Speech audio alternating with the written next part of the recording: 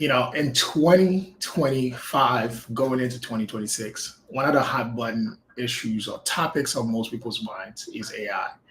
And, one of the biggest concerns that people have about AI is privacy. And today's guest, Modupe, works right between those two worlds, AI and privacy. Um, I'm looking to dive into that experience and really get to know more about how to build this career as an AI privacy engineer. Welcome to the stream, Modupe. Thank you so much for having me. Looking forward to sharing my insight. Like this is I've known about your podcast, your YouTube channel, so really excited to just give whatever guidance I can on this topic. Absolutely. So one of the things that really caught my eye, as kind of like looking through your profile, was just the breadth of like different experiences that you have across different companies. PwC, Apple, and now another FANG company. Um, what does it take to land a job in, spaces like that? Hard work. um, a couple of things. Putting yourself out there. I can maybe just give like a glimpse into how I got some of these internships. So let me start with PwC. That was more because of like the NYC requirement to have a job during the 1 year. And I got posted to PwC as my NYC job requirement. And we had to take a test.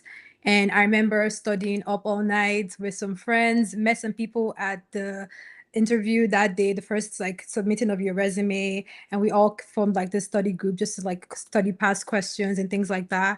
And just working really hard to make sure I got that spot because I knew that just having my foot in that door will open other bigger doors for me in future. And it did. And that was just an example for somewhere like Apple. That was during my master's. I just heard about like there was this career fair for Apple. It wasn't even for my department. It was for mechanical engineering. And I was like, you know what? No crime, no foul. Let me just go. And I ended up going there. And one of the recruiters there was actually recruiting for a privacy engineering role, funny enough. And we just started talking, and she's like, "What are you looking for?" And I was like, "Oh, privacy engineering." She was like, "Oh my god, I'm hiring for a role." And then collected my resume and then had the interviews, prepped really hard for that. I did not sleep most nights just because I was like, I need to get this interview. And yeah, I just put in a lot of hard work and put myself out there to get these opportunities. So yeah. That is so cool about hard work and putting yourself out there to find the right opportunities. So, what's the one thing that you think that helped you stand out? Because again, these roles are very competitive. What was it that interviewers saw in you that you think pushed you over the edge? Great question. Something that I got a lot of feedback from in various interviews because I always like to ask, why did you even hire me? It's weird, but I always like to ask. And the one thing that was consistent across like these different jobs were always like, oh, the fact that during the interview process, even if you did not get an answer right completely, and maybe you were like stumbling on your foot and stuff like that, you always ask after the interview, what could I have done better in this particular interview. So the fact that I always asked that just showed that I was willing to learn from my mistakes. And that was something that they were really looking for, particularly in privacy, because it's not a job role where you come in and you're 100%. You can't know everything at the start. So they always look for people who want to learn more. And that was something that I really, um, yeah, I really tried to do and be intentional about. So that's something I can tell people to do. Always try to ask what you could have done better. It just gives that perception that you're willing to learn. So, growth mindset. I think that that's something that's always going to be key, right? Yeah. And then shout out to Jellipool, Joanna and Modupe. Really interested in this interview, especially because privacy is pivotal in this era of technology. Yeah, thanks for joining us. And speaking of privacy, did you find it or did it find you? It found me. It found me. Yeah. So my background is in computer engineering, And that led to me being interested in security, cybersecurity. And during my time at PwC, actually, we had to rotate around different teams, like within the cybersecurity and privacy team. And I heard about privacy, but I just never really cared, I guess, to look deep into it. And then the first rotation I had to do was actually privacy. And I remember being so annoyed when I got that. I was like, oh my God, I do not want to be here. Just take me to the pen test team. I want to break into things. And I ended up enjoying that rotation more than anything else.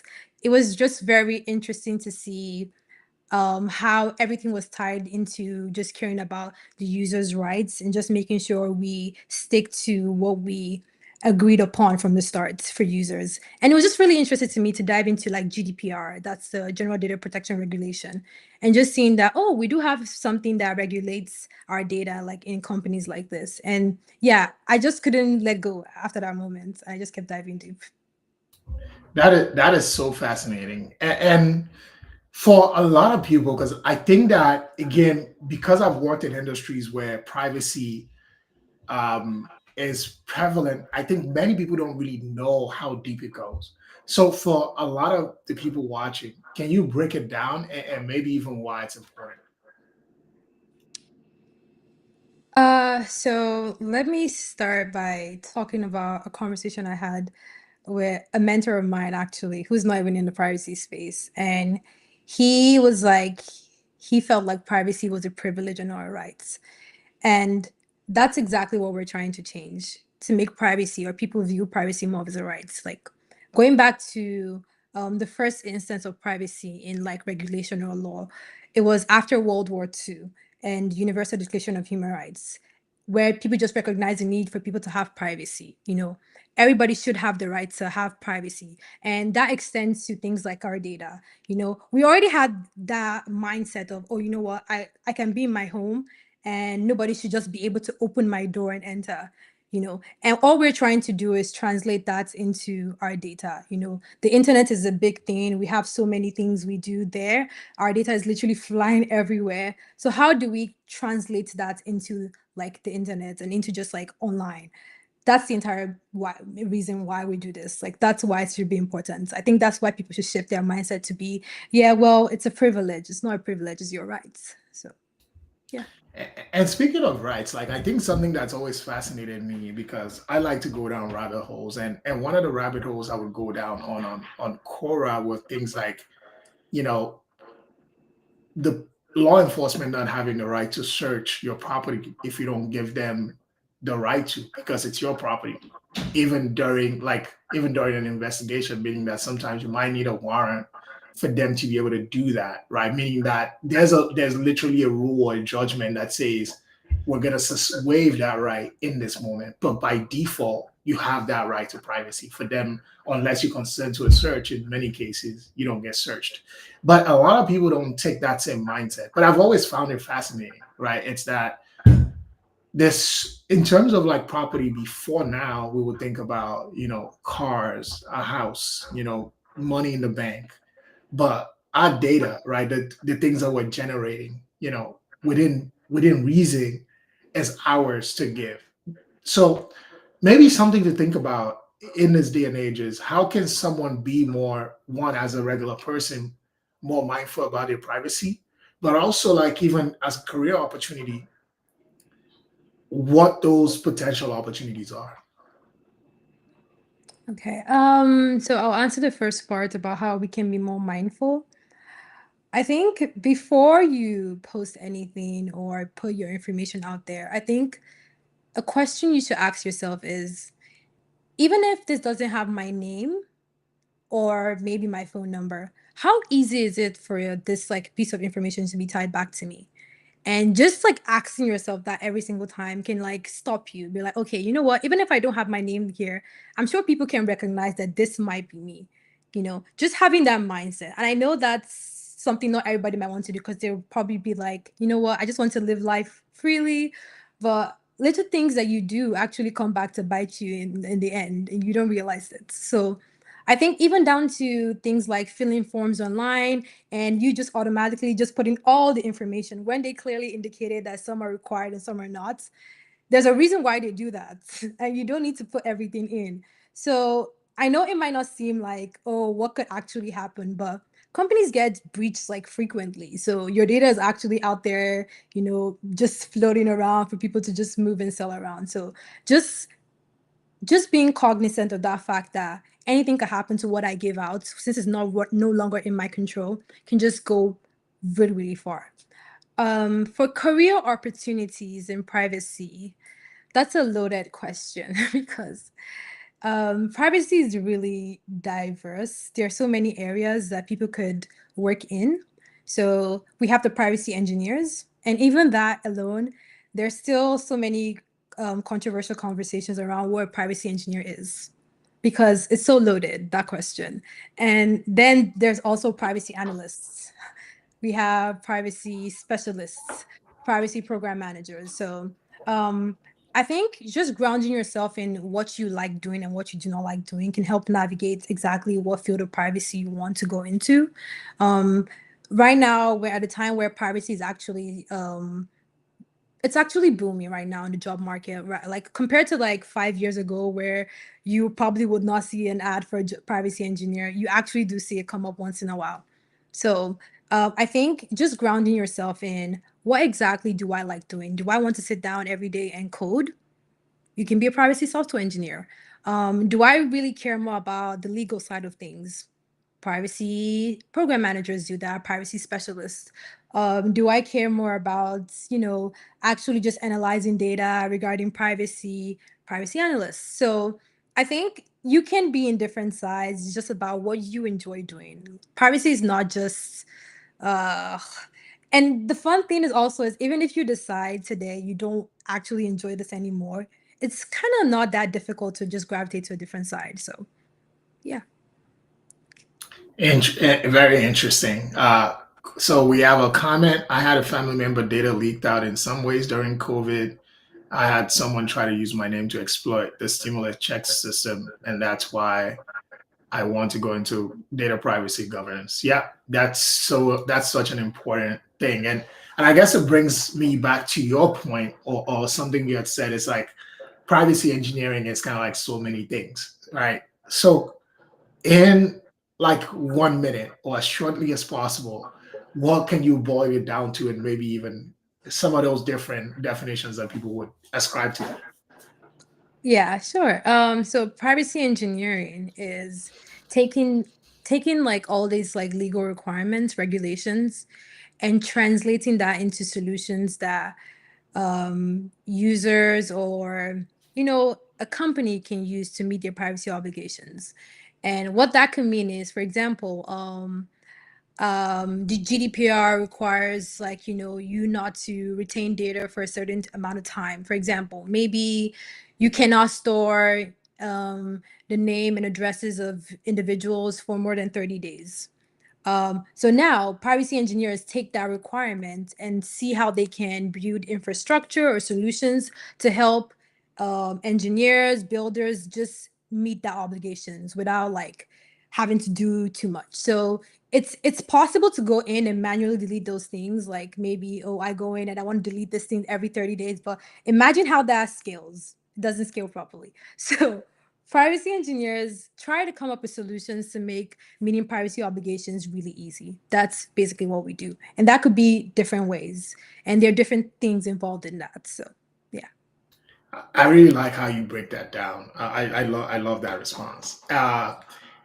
And in terms of the core skills, right? So imagine like today, I work a blue collar job. I'm really inspired by this episode, and I want to become at least go research what it takes to become a privacy engineer. What are the maybe top 3 or 5 things I would need to do from from learning what it takes, learning the skills, and potentially going to get a job?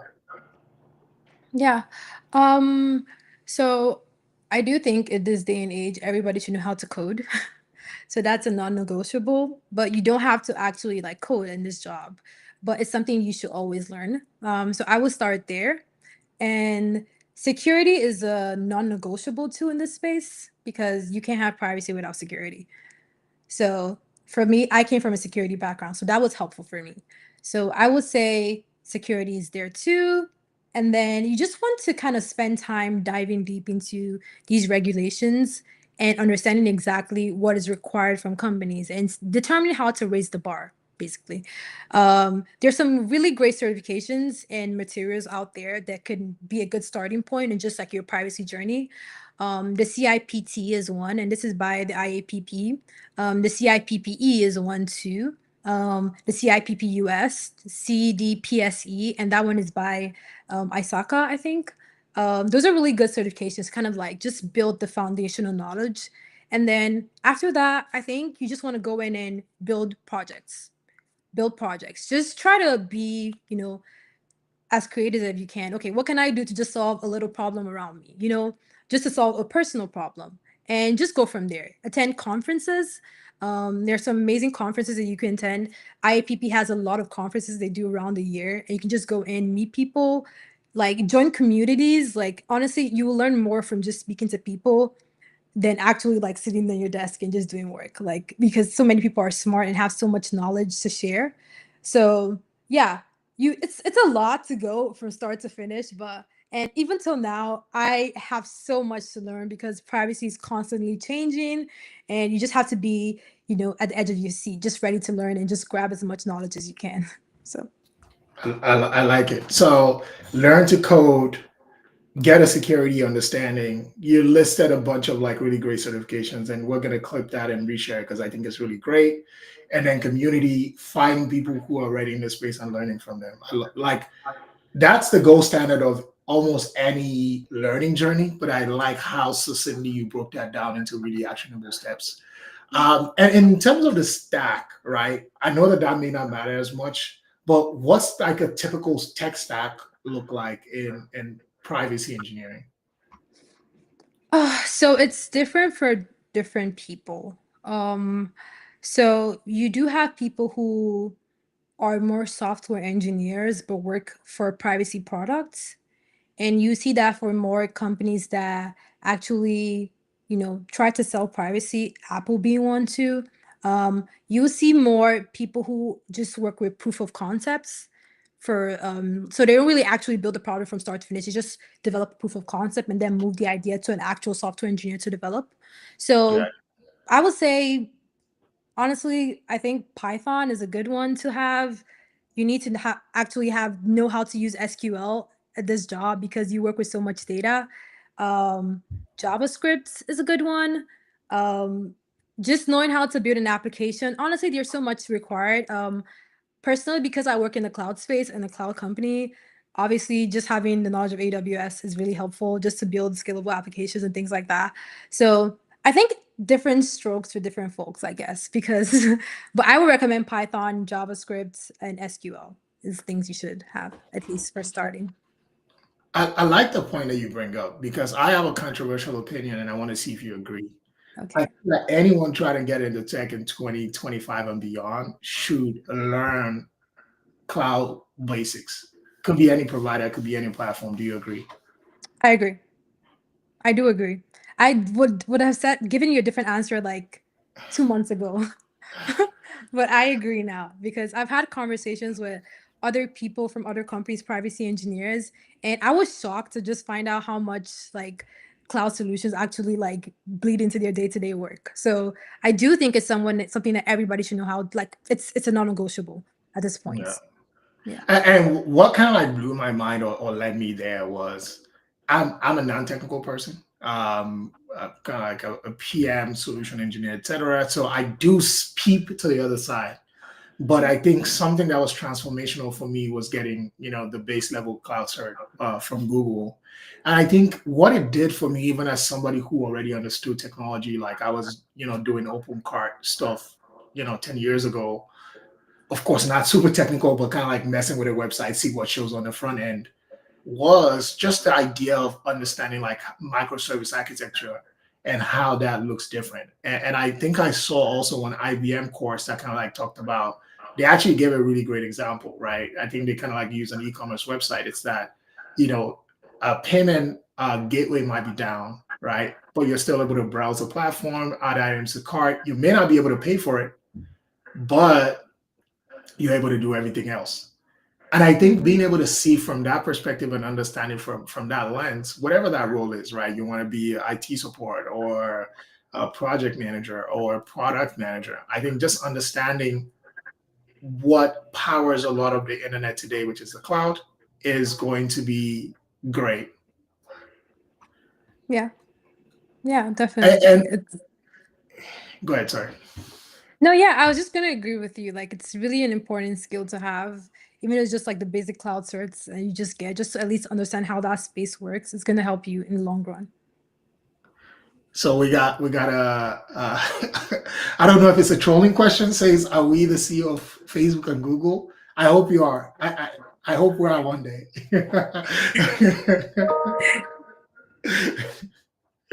Anyway, so next question. In terms of, or before we do that, I just want to leave a quick PSA for people in the chat. I hope you're enjoying the conversation. I am. If you have any questions, feel free to leave them for Modupe in the chat about AI, privacy, and working in big tech, whatever questions you have there. So you talked about getting that foundational role at PwC. What kind of role do you think that played in you getting your future opportunities?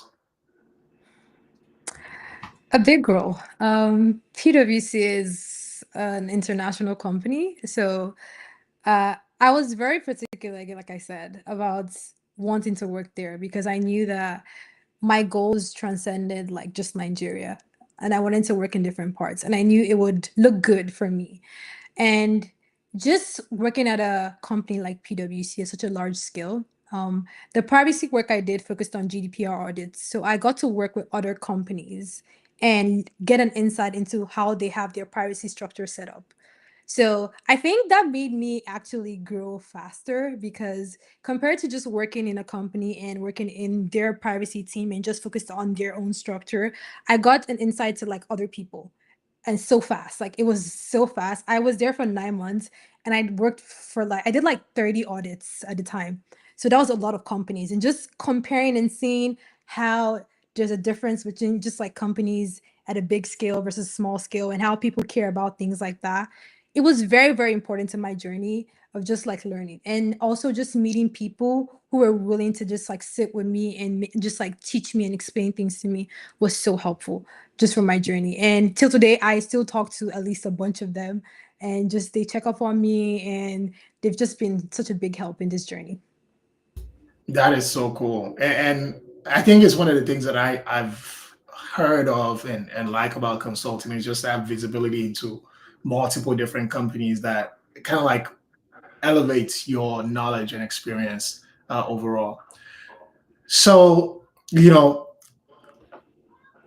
one of the things that I think is pivotal to also your career is having your master's degree at a place like Stanford. Yeah, I'm sure like a lot of people would like to get a master's degree from Stanford, but I'm taking it in a different direction. If you didn't have that opportunity to have gone there, how would you have gone on and built that experience and knowledge to break into this role? That's a good question. Oh, hmm. So if I did not have Stanford to work on, I was already going to probably just continue at PwC for a while. And then my goal would probably have been to move to other companies that fits my goal. So at the time, well, even when I started PwC, I was already interviewing for other companies because I was just like, okay, let me just see what's out there based on my interests. So I had backup plans. Like Stanford was not like number one. So I had backup plans and I was honestly still going to reapply again because I knew what I wanted from the school. Like it was my dream school. Like I really wanted to be there. So yeah, I would have definitely stayed back at PwC for like an extra year, waited for the next application cycle, gone in, applied.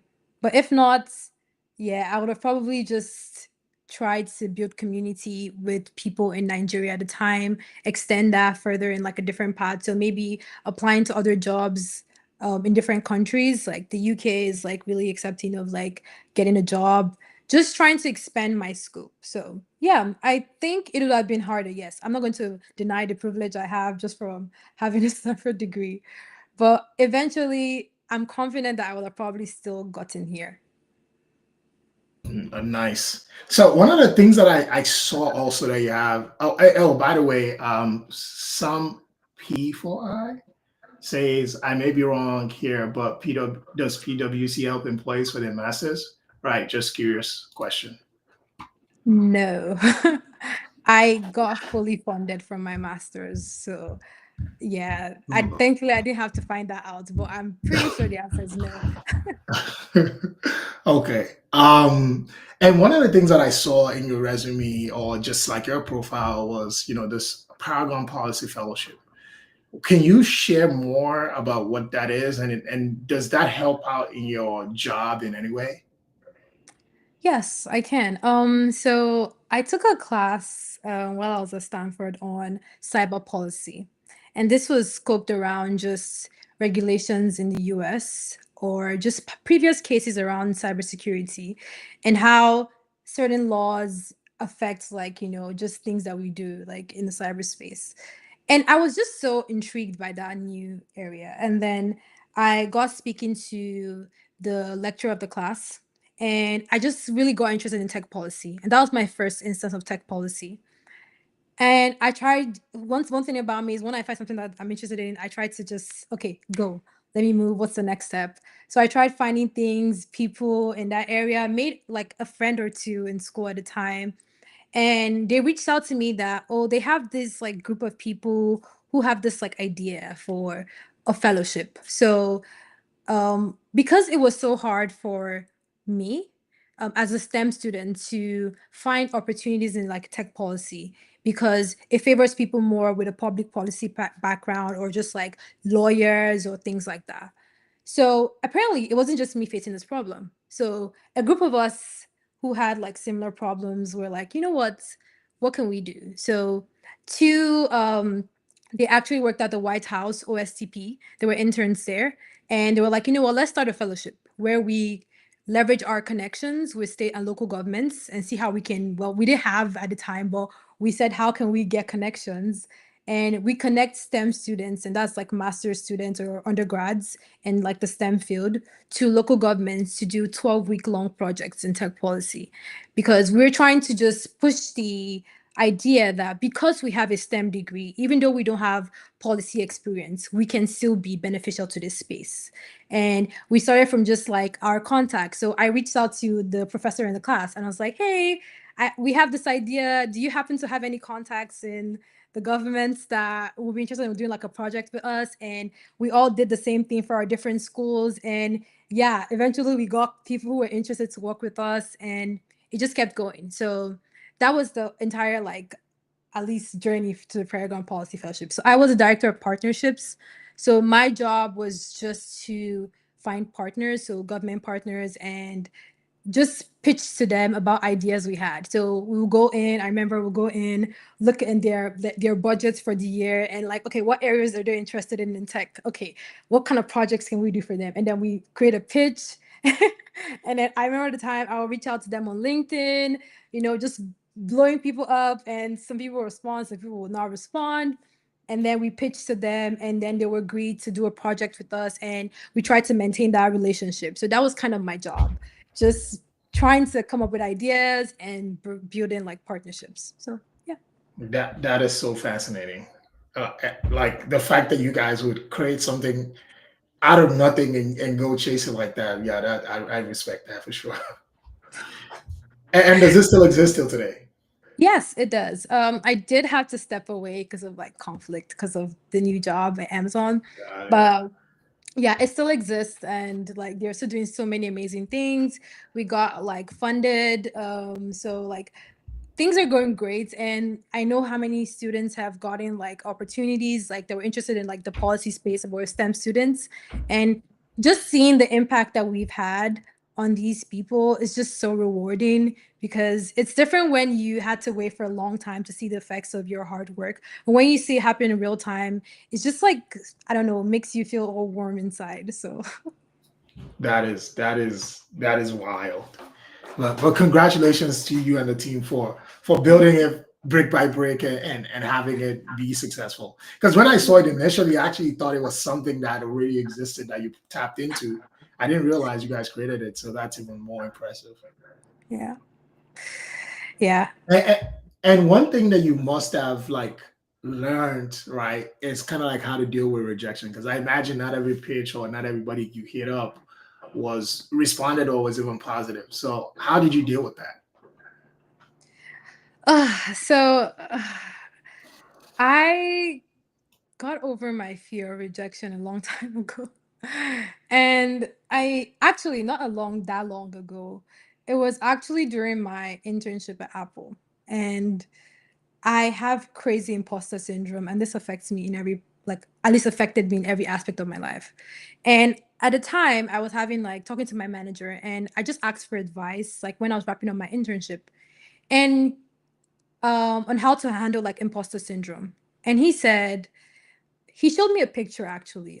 So this was a picture of they took a picture of how the Earth looked like from I think I don't want to misquote myself. I do actually have it on my phone. Yeah, 5 billion kilometers away from the Earth. It's still my saver. Like, and this is like 3 years after. Anyway, I took a picture. They took a picture of how the Earth like looked just far away and how insignificant we looked like. And he just told me that he uses that to ground himself in life. That no matter what you mess up, you really don't make that much of an impact at the end of the day. It doesn't really change much.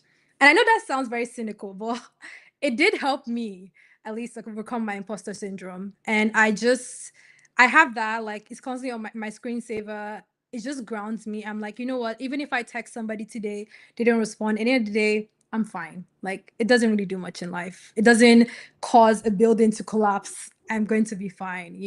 So I had to get over that. So that helped me in just doing things. Like I joke around with people that I text. There was a time in my life I was reaching out to people and sending like over 100 DMs on LinkedIn, like a day. Just and like people were like, how can you do that? I was like, I really didn't care. In my mind, I was like, in my mind, if 100 people, if I reach out to 100 people, at least five will respond. That's a win to me. I don't really care about the 95 who did not respond. If five respond, I'm good. So yeah, that's kind of what helped me get over rejection. It's wild that you say that because it's almost prophetic. So you're the third person this week that I'm having this conversation with in a different form. So earlier this week, I was speaking to a friend who was talking about the fact that there are a lot of people who get what they want out of life because they almost don't have any sense of self, right? Like it's like, I want this and I'm just going to chase it down. It doesn't matter. And then in a group chat that I'm in, a guy posted his app and it's literally called, I don't want to misrepresent it, but I think it's called Bidululu. And the whole idea of it is like, it doesn't matter. Like, just do what you have to do. That's kind of like the long and short of it. And now you're saying, like, literally how you've lived the exact thing that I've been kind of like talking about. And maybe taking a step back, because I almost want to dive deeper a little bit. It's that there's this saying, I don't care what anybody thinks, but really like deep down you care a little bit. But in this case, you actually did not care. What did that teach you about yourself and about the world? Just going through that journey and just blasting everybody's like LinkedIn. Mhm. Well, I think I do want to just say I do think what people, at least what certain people think about you, like matters like to you. But I watched a video. This was like a while back. It was basically this interview where they asked this girl who was very insecure at the time or why she was so nervous and everything. She was like, she thought everyone was just like thinking bad about her. And then they went around the room to ask, what were you thinking at the time? And people were saying things like, oh, I was thinking about maybe the bills I have to pay. Oh, I was thinking about something else. And it's just like, at the end of the day, people have so much going on in their lives. Like, just nobody has time. Like, I think people need to humble themselves a bit. Like nobody really has time to spend their day thinking about you. So I think if you just have that in your mind, and just go forward and do things, not really caring, having just like this just little audacity in your like steps that you take, it goes a long way, because at the end of the day, like even the people I did not expect to respond to me or to even like give me some of the things I have in life right now, like honestly, like you'll probably be shocked, because I was like, other people probably say, oh my God, God forbid, how would I even text this person because this is the CEO of this company? And I'm like, well, they will probably not respond. I'll be fine. But what if they respond? What happens then? Think about that. So, That is legit, and that is completely wild. In fact, it's interesting. Like when so going back to my friend earlier today, I saw a video of a guy. He's a popular guy, and he was talking about how he had a haircut, went to try to pay, right? And when he was trying to pay at this haircut place, he realized he didn't have any cash on him. They only took cash. He wanted to pay with his card. They don't take card. And then he wanted to use the ATM. Nothing worked. Anyway, long and short of the story is now he gets to this panic, like, and eventually, first of all, I think somebody says they're gonna pay for him, and then he's trying to overcompensate and say, "Oh, you know what? I got it." And the person kind of like shaded him, like, "It's fine. It happens to all of us." And it's like, "No, almost like it didn't happen to me. I actually have the money." And in my mind, I'm thinking like, that's a place he's never gonna go to again. It doesn't matter. Like you were trying your best effort to pay, you couldn't pay, move on, right? To your point, it's like I think ultimately what the baseline is down to is if you know in your heart of hearts what you're trying to do, that you're a good person, I think don't let that take away from you. I think that's the problem, is that to your point, we think almost too much of ourselves and we're trying to be perfect in every moment. That sometimes, and the funny thing is like people are gonna come to you anyway. 95% of the people who didn't respond probably saw you as a pest, quote unquote. But it doesn't matter because those are not people you're going to talk to anyway anymore. Like the use that they have for you in that moment was being able to either connect you or give you that opportunity. If they didn't do that, you'll probably never interact with them ever again. But on the flip side, the 5% is the real.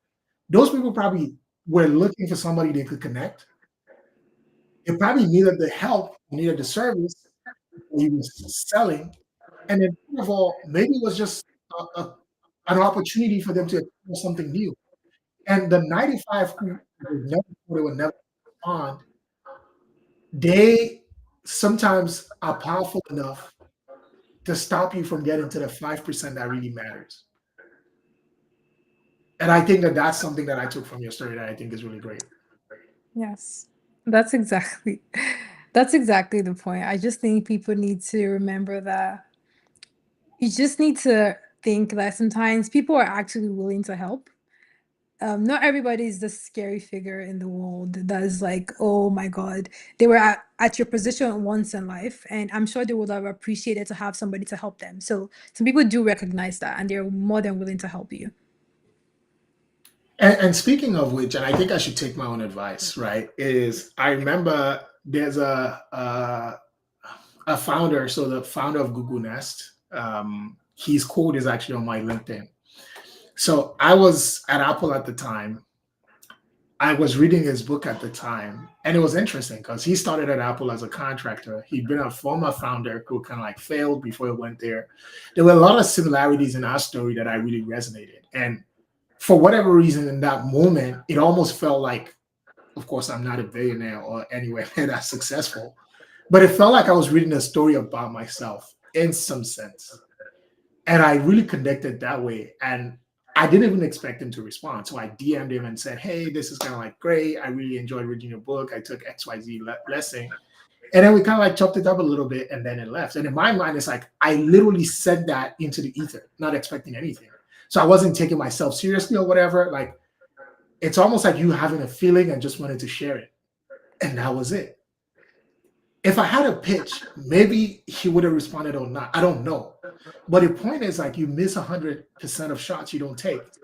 And I think that's super crucial lesson that I'm almost like saying all of this to myself. But I think it's also important for other people to kind of like have that perspective as well.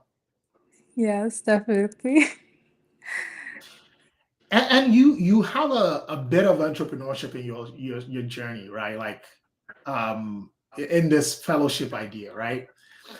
one of the reason why I started working in tech, the idea around it is of course to help people realize that potential.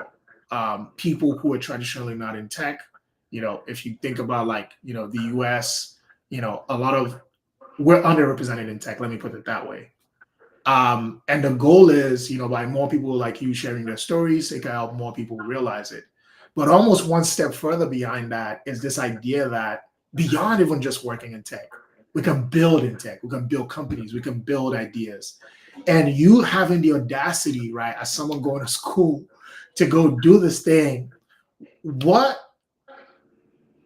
first of all, what were some of the maybe negatives in your mind? But what were the things that you learned in that journey as well? And how do you think anyone who even maybe wants to become a privacy entrepreneur or AI privacy entrepreneur or an AI entrepreneur to approach it from the lessons that you learned building out this fellowship? Yeah. So I actually have like always had a little bit of anxiety around just building my own thing. And this stemmed from just like, people just speaking some things into me, like, oh my God, that's not your vibe. You don't look like kind of person that will ever have a company or build something. So it kind of stuck with me growing up a bit. And honestly, I really did not have any negatives attached to this because I was just doing it out of just like not expecting much. I was just really passionate about it. And I was like, you know what? I really want to do this. I wasn't getting paid. I wasn't even thinking of possibly getting paid. I was just like, I really want to solve this problem. I know how hard it was for me to actually just like navigate this space. And I want it to be easier for people. And just just everybody having the same passion just kind of like just created this beautiful thing. And I think more people should allow themselves to move from their passion than just the whole money mindset of just having money and just like I want to make money. It's good, money's good, I love money, but I think when you operate on that mindset of I'm chasing my passion, even if things are hard, you don't really care because you're just having fun doing things. You're having fun just being in the moment and building something out. You don't even have to think about the bad or the negative. You're just having fun. You wake up in the morning. Okay, what am I doing today? You're not really thinking. You're allowing things to move at its own pace. And you just wake up one morning. I'm like, oh my God, this is big. I didn't even realize this was big. That's kind of how it was for me. I wasn't really thinking. It was just like, oh my God, this is actually something. I remember the day we got up to 1,000 followers on LinkedIn, and I was just like, I sat down, I was just staring, I was like, oh my God.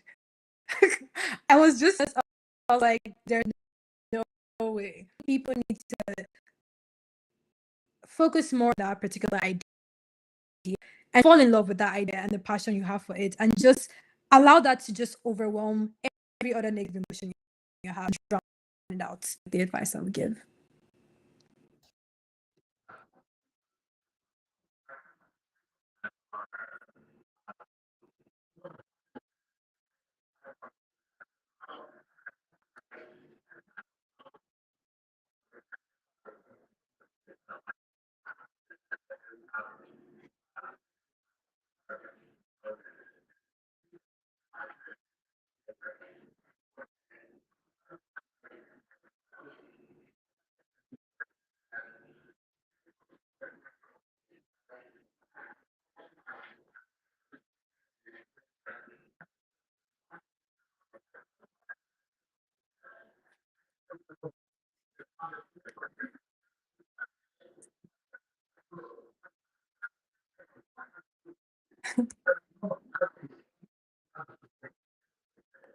Yeah, exactly. I remember like I have friends that are creators, and they always say it's so funny to see that the videos that they plan the most for or they actually plan out actually end up doing less than the ones that just like wake up and just open their camera and just film, and it just gets a whole bunch of like views, and they're like, I didn't even spend time on this. It just came to me.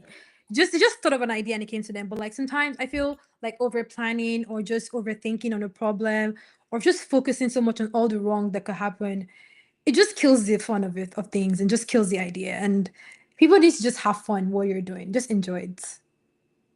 Oh, I got some feedback that the audio is cutting out on my end. Do you guys hear me still? Do you guys hear me? Okay. Okay. All right, I think this should be fine. Because I did notice some weird thing with the internet, but I hope it's fine now. But most important thing is that you guys hear Modupe, so we're good. Um, so in terms of um, resources, right? What are I know you mentioned the certifications from I think CIPP is what you call it. Oh, Yeah, the IAPP. Yeah. IAPP, yeah. It's so many acronyms. Um, what are kind of like the key fundamentals to understand in AI privacy? So and how does one even think about it? Because I know AI itself is kind of like very new, it's still nascent in the way we think about it. I know that it eats a lot of data, right? Which is why like privacy is super important. But in terms of like how to think about it, first of all, how is regular privacy different from AI privacy and how should people think about it? Great question. So think of AI privacy as just like, you know, a more niche area in privacy in general. Still has similar fundamentals, so similar like things that drive us. So again, privacy, majority of things that drive like what we do is privacy by design principles and regulations. So all we're trying to do is make sure or answer the question, how can we apply these principles in AI? Because as we know, AI relies on training data. That's a lot of data. Like things like models like ChatGPT and GPT and everything, they're trained on a lot of data. How do we instill principles like data limitation into things like that? Because for AI, the more data you train it on, the better it performs. You know, how do we ensure that that happens? So that's like the distinction. It's not really different. It's still the same principles that we operate by, but it's more difficult to apply in that sense because for privacy in general, it's very easy to say, okay, this is what I needed data for. I'll make sure I use it for. But AI is literally, oh, AI does better with more data, why privacy does better with less data. So it's like they contradict each other. So that's why it's a very interesting problem, interesting space, and that's why I like it. And initially, not gonna lie, I was never a fan of the AI movements.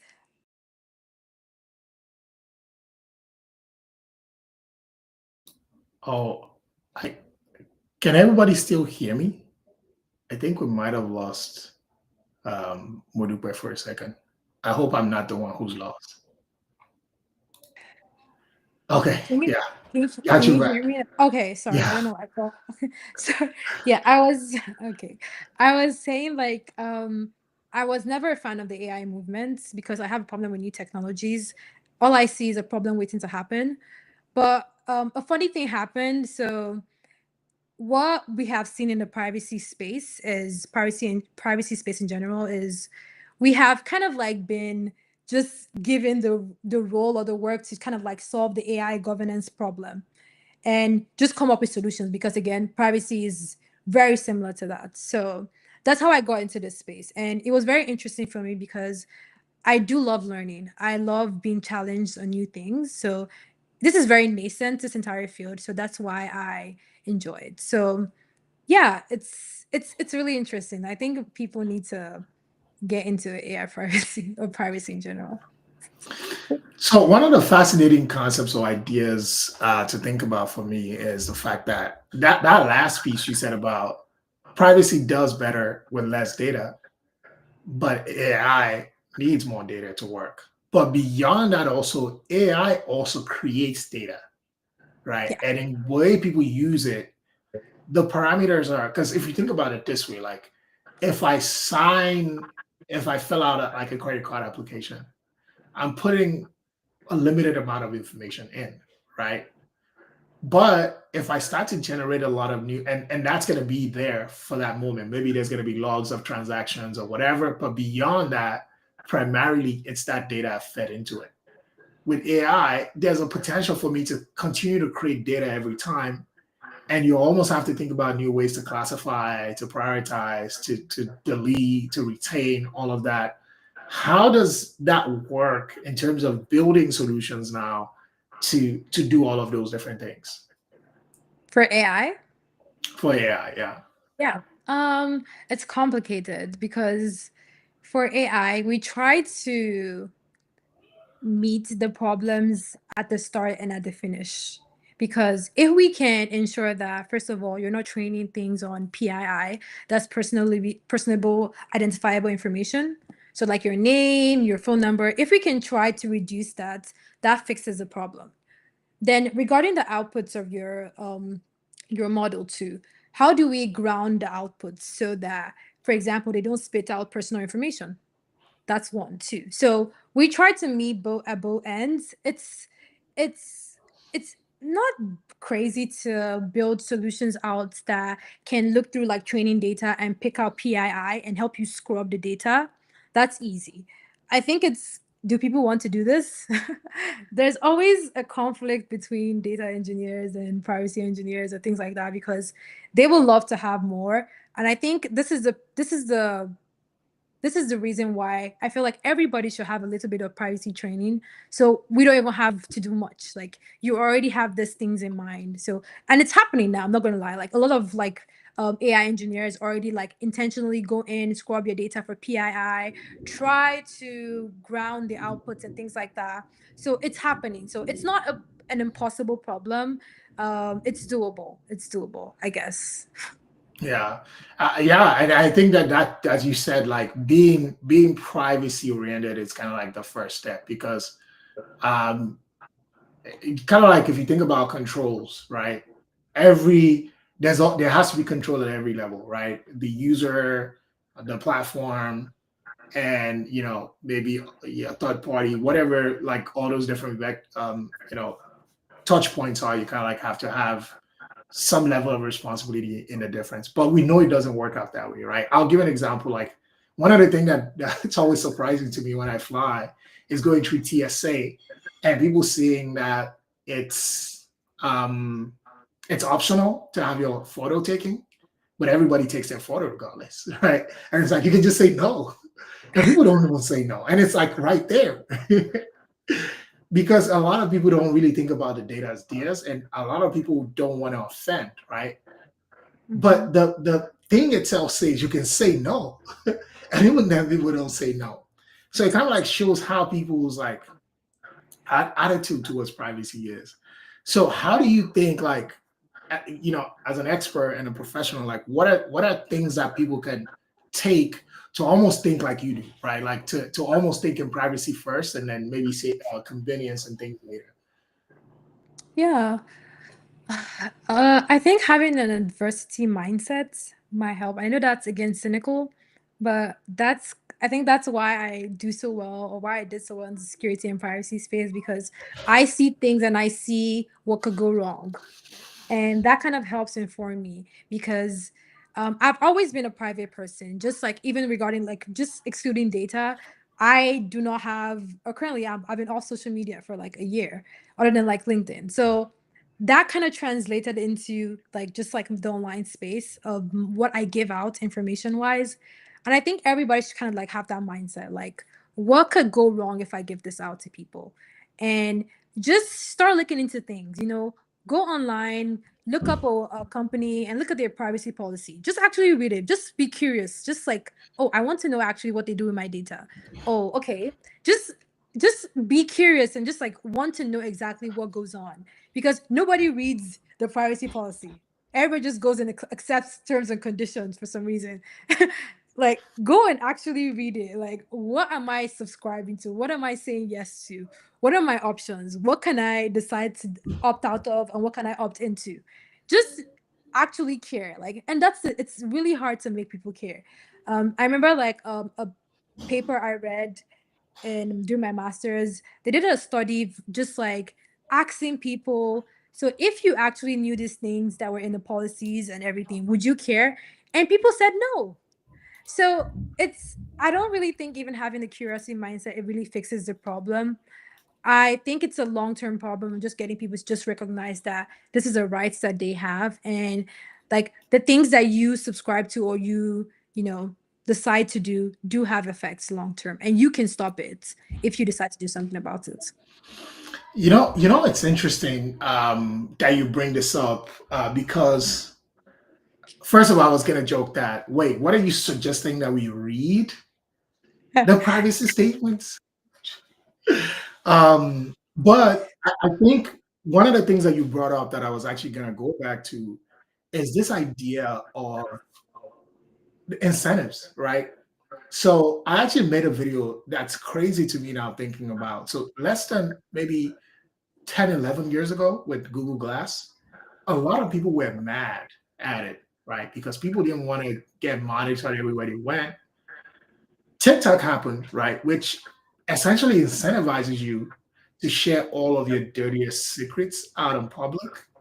And if you want to see like the most pervasive way that that has happened is that a lady who's on DoorDash went to somebody's house, knocked on the door, opened the door, recorded them without their consent, and tried to play victim. The truth is, she's not oblivious to what she did, but the incentive to have some form of notoriety for anything, any reason in total, has completely shifted how people think about privacy. In fact, you're more likely to dignify yourself, if you like, just for a few likes, a few shares, to have that viral moment, right? Doing privacy in that kind of environment has to be challenging. Extremely, because like you said, we're in this day and age where it's kind of glorified to just, rage bait people just to get clickbait. I just want people to say, oh my God, how would she do that? So people just want to do the craziest of things just to get attention. And that's hard to just convince that kind of person that just stop doing that when they just think in their mind, oh my God, if I post a lot on TikTok or this platform, I could get paid. They have an incentive that encourages them to do that. Versus, I don't really have any incentive. I'm not going to pay you for not doing these things. So it's really hard. And it's not a problem that we can fix like today, but we're getting there. I think that's the goal, to keep on just trying and just talking to people. I have some really amazing friends in this space who have made it a goal of theirs to just like provide awareness to people, because some people, we do have people who know about these problems and don't care, and we also have a subset of people who actually have no idea what they have or what rights they have. So at least if we can target that, then we can equalize the playing field for this entire topic. So yeah. Yeah, I like that. I like that. And Jellypool says this interview is super inspiring. Seeing Modupe's determination is great. That was a couple minutes ago, I guess, when you were talking about, just going after what you want. I really love that. I love the energy. I know we're kind of like coming to the close. Before we do that, I have one more question, and then we'll do the wrap up question. So, if you were not, no, let me rephrase. Of all the different things that you could have done, you chose tech. Why?